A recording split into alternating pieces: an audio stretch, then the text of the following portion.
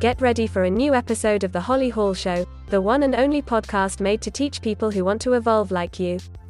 Are you ready for this?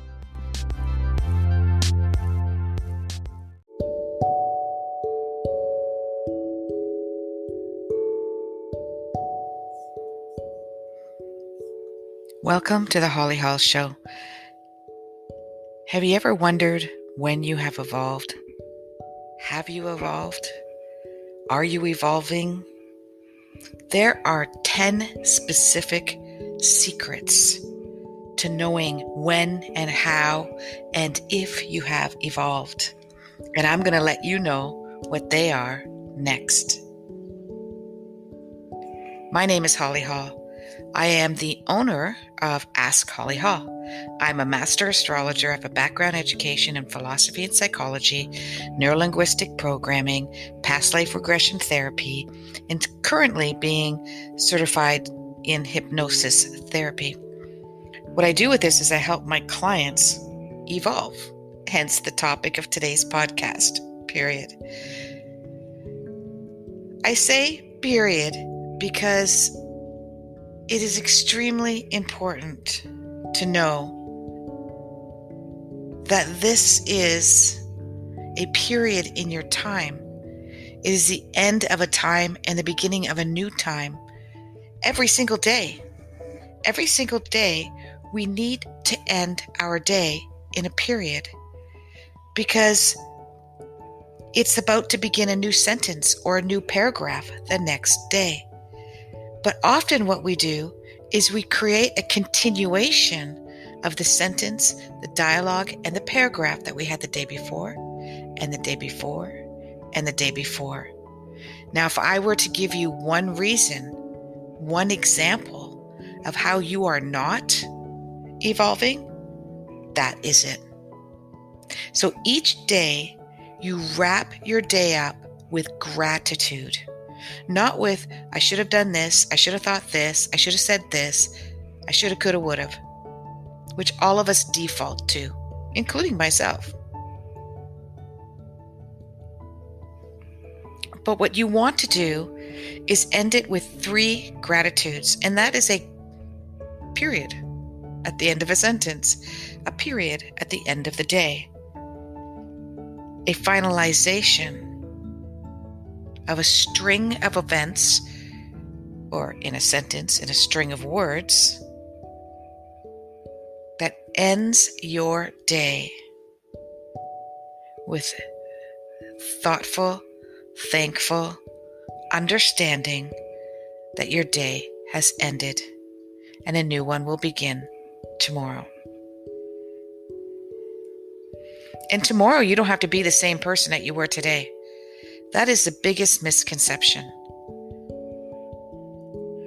Often we are labeled, and we label ourselves. And in that process of labeling, we have decided who we are. We are smart, we are intelligent, we are funny. We have low confidence. We're not intelligent enough. We haven't succeeded. Our goal has not been reached. We are a failure. We are still fat. We are still too skinny. We are still to this. We're still to that. And you've labeled yourself. Others will label you as well. And so when you're in a state of evolution, flux, metamorphosis, people will not be comfortable with the new you that you have become, that you are becoming. Recently, I've been a bit addicted to watching Jim Carrey evolve in the last few years, specifically the last year or so after the writing of his memoir. Many of his quotes are extremely inspiring. And one of the things that he talked about was that we play roles. We wear masks, just like an actor does, as he does. And he is quite well known for being able to morph himself into any character that he plays. He believes that this is actually life itself, that this is what we do. And when we are being labeled, we contain ourselves within that mask. We contain ourselves within that outfit, within that character. And we play out that character because that's what everybody expects us to do. One of his recent interviews, he stood out on stage. This is when he had the big beard. And normally, everybody's clapping and standing up and applauding loudly. Normally, the guest would sit down during that applause. And as the applauds fade away, then they begin their conversation. But in this case, he just stood there and looked at the audience. Not smiling, very serious, almost in awe, and stared at the audience. Jimmy Fallon was the show host, and he kept tapping on his shoulder. And he was like, Jim, hello, are you going to sit down? And Jim said, no, I thought I would have a new experience, and I would just stand here and see when the audience would stop applauding.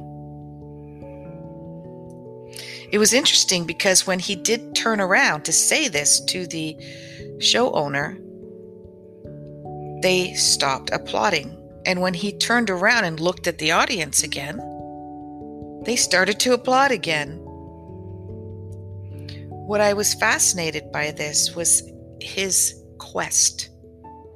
He said, I wanted to do something different and see what would happen. And he continued to talk about that train of thinking, that train of thought in another interview in which he said, why not just do something just to see what would happen? With no expectation, no desire to succeed, and no attachment to failure. Just simply to see what would happen. And it made me think about our dealing with our emotions. What if, instead of avoiding them, distracting yourself from them, contemplating them, talking to other people about them, desperately trying to find answers, that one day you just woke up and said, today I'm going to do something different with my feelings. Maybe you're a quiet person, and today you decide you're going to tell your mother-in-law exactly how you feel. Maybe you're not an adventurous person. You're non-confrontational. And today, you're going to devise a plan on how you're going to confront a situation at work. Maybe tomorrow, you're going to implement that plan. This is a stage of evolution. This is the number one, and I'm going to name 10. Okay, so this is number one, how you know that you are in a place of evolution, that you are evolving. The interesting thing is that your mother-in-law won't like it. In fact, you'll get backlash from her. She'll be upset. You're completely changing the dance. This is not the dialogue or the language that you two have been speaking for 10 years, 15 years. Your boss may be very upset, demanding that you stay in the position that you've always been in. And you may go home and think, I'm in a great place. I'm trying to evolve. I'm working through my inner dialogue, my inner demons. I'm courageously venturing out to be better than who I can be, knowing that I can be better than I am, knowing that I can grow and evolve. And yet you may be temporarily discouraged because you think, but they didn't like it. They didn't go along with me. They struggled with this new dance. That is the number 2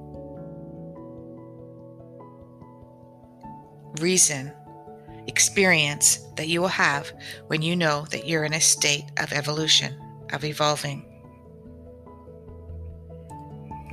And that is, you will get pushback from others.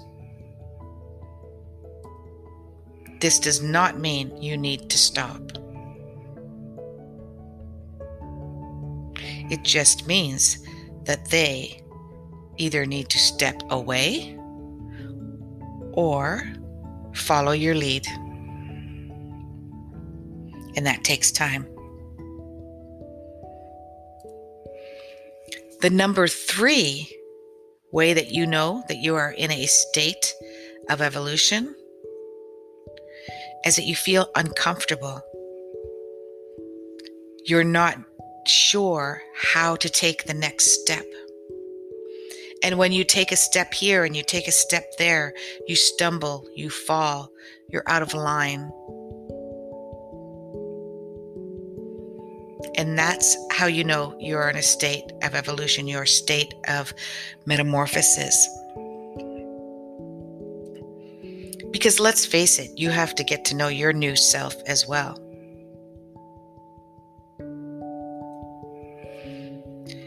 The 4th way that you will know is that you will start to become irritated by the people around you. You will no longer be able to cope with this kind of behavior. You will no longer agree with their type of reactions. You will no longer want to compromise in this situation. Everything that was perfectly fine for you, even a few days ago to a few years ago, no longer fits into your perspective, into your knowing. The number 5, which I think is the much more difficult one, is that society starts to upset you. Period. And that's when you end your day. Again, with a period. You take stock of who has bothered you, what has bothered you, where in your community has it upset you, where do you feel a discord, where do you feel like a misfit or that you don't fit in to their dialogue, into their language. And I want you to remember that everybody has their periods to the end of their day.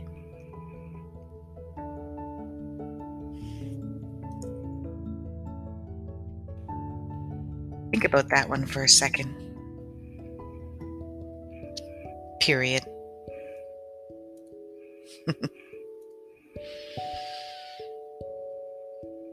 Your period at the end of your day, at the end of your sentence, at the end of your dialogue, at the end of your paragraph in your state of evolution is not the same as your husband's or your daughter's or your mother-in-law's or your co-workers or your boss or your clients.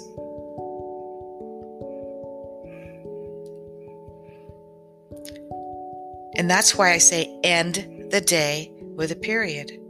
End the day with the final paragraph of that chapter so that you can start the next day with a new chapter, with the new sentences, with a new dialogue, with a new story, and see what other people's stories are that day. You may wonder,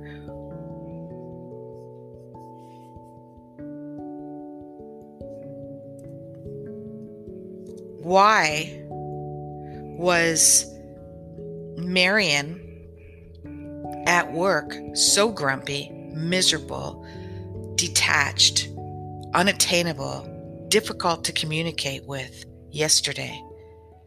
And today she comes in with a little pep in her step, talking to you like everything's perfectly fine.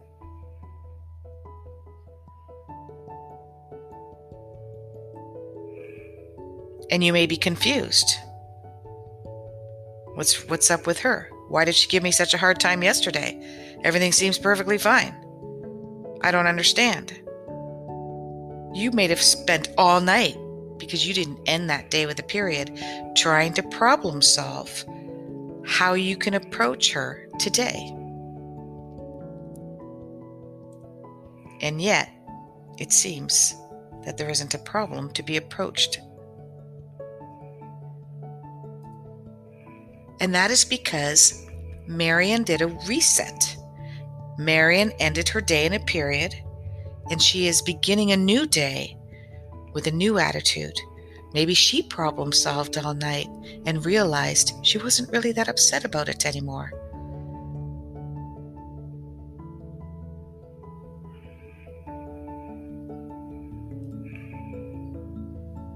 The sixth way of knowing that you have evolved is by understanding that someone can be in one mood one day, like Marian, and be in another mood the next day, and accepting it.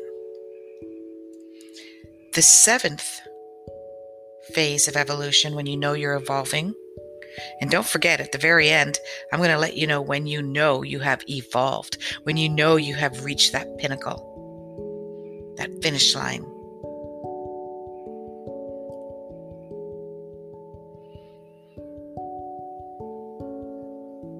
Now, the seventh is when you accept. When you accept things as they are and do not demand forgiveness, to be forgiven, or to forgive another.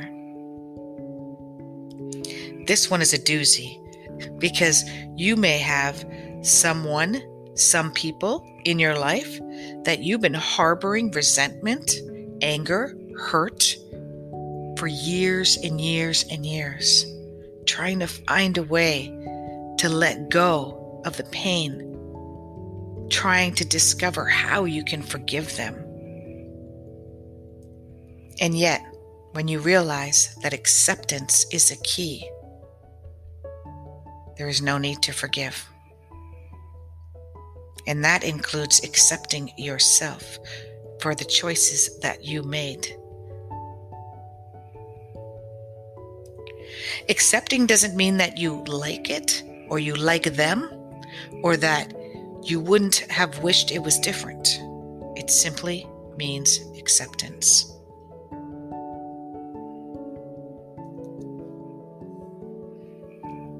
Now that seems quite simple, does it not? Yet it's not. Because once we realize we can accept instead of forgive, then that's a whole new process. There's a beginning, a middle, and an end to that process of acceptance. And that takes quite a bit of deconstructing of the situation. So this is where we become Sherlock Holmes of our lives. And this is when it is okay for you to dip into the past. In mindfulness, they say, do not be in the past and do not be in the future, but to be in the now. However, I believe that it is okay to momentarily dip into the past to try to understand. Because as long as it's affecting you in the present, the past is in your present. They are one. And so you take a look at let's say it's your brother that you have resentment for because he stole money from you in a way that you lent him money for a business that he basically dug into the ground, and never paid you back. The Sherlock Holmes side of you will have to go into understanding the position that he was in, accepting the situation that he was in, maybe looking at his surroundings, his wife at the time, his girlfriend at the time, his mentality during that time.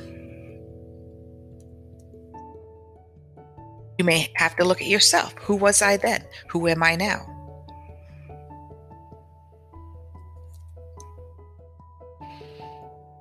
And then the 8th place of where you know you are evolving, and this is on a very grand scale, is when you no longer have to forgive anyone or any situation. And the reason I say situation is because what if your body let you down? What if you had health issues that held you back, that put you in a state of flux or fear and anxiety?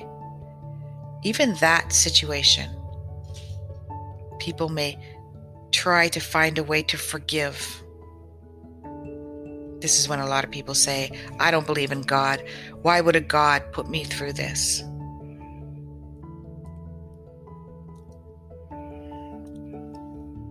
I don't believe in the law of attraction. I don't believe in abundance because I did everything right and I still didn't get what I want. I still didn't have my health. I still lost my business. My marriage still failed. This is again on a larger scale when you begin to accept everything all the time as it is without even trying. No deconstructing. No looking into the past and trying to figure out why they did what they did. Why happened what happened. And number 9 is a good one. In number 9, you want to start looking at global events.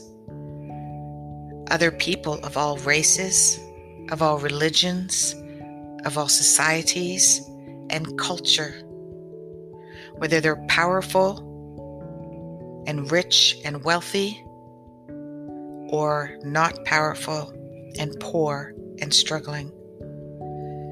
No matter what level they are on, you have compassion for their suffering and empathy and a desire to make a difference. A desire to help in any way that you can. And number 10, this is the big one. This is when you want no thing, no one, or no living thing to suffer on the planet. This is when you change how you consume, what you consume, and why you consume.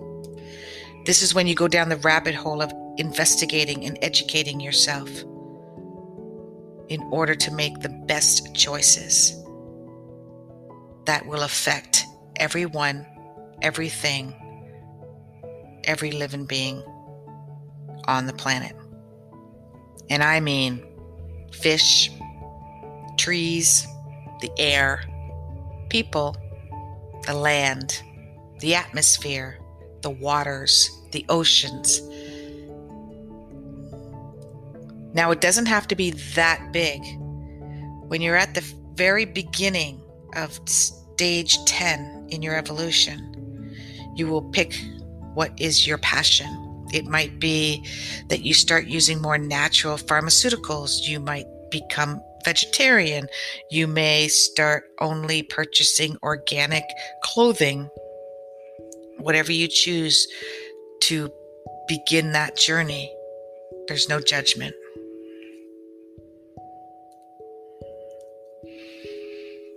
And to segue from judgment is, how do you know when you have reached the highest level of evolution, when you have evolved.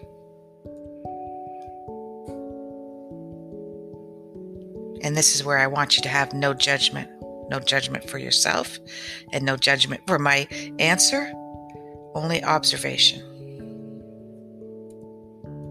Observation of how do you feel when I give you this answer. The answer is never. You will never get to that point. And accepting that is the furthest that you can become. And you don't want to ever get to that place. Because if you do feel that you have reached that level, then you are still in ego.